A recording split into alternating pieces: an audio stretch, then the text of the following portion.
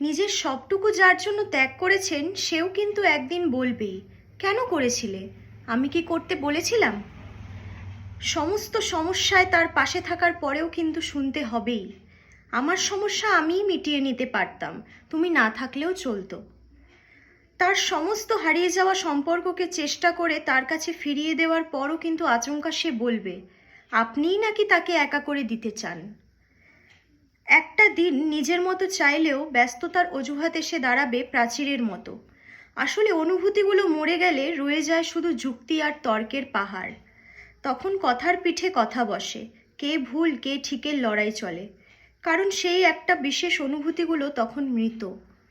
তাই যার জন্য সবটুকু ছাড়ছেন সেও একদিন বলবে স্বার্থপর।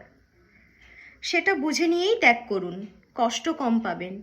কারণ আমরা মুখে যতই বলি এক্সপেকটেশন রাখি না, আসলে ভিতরে ভিতরে কিছু চাওয়া তো রয়েই যায়।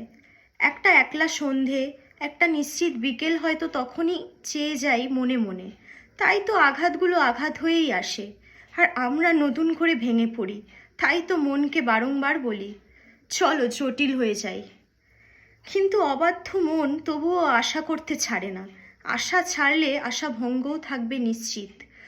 জীবনটা ঠিক পাহাড়ের বাঁকের মতো, অসম্ভব রহস্যময়।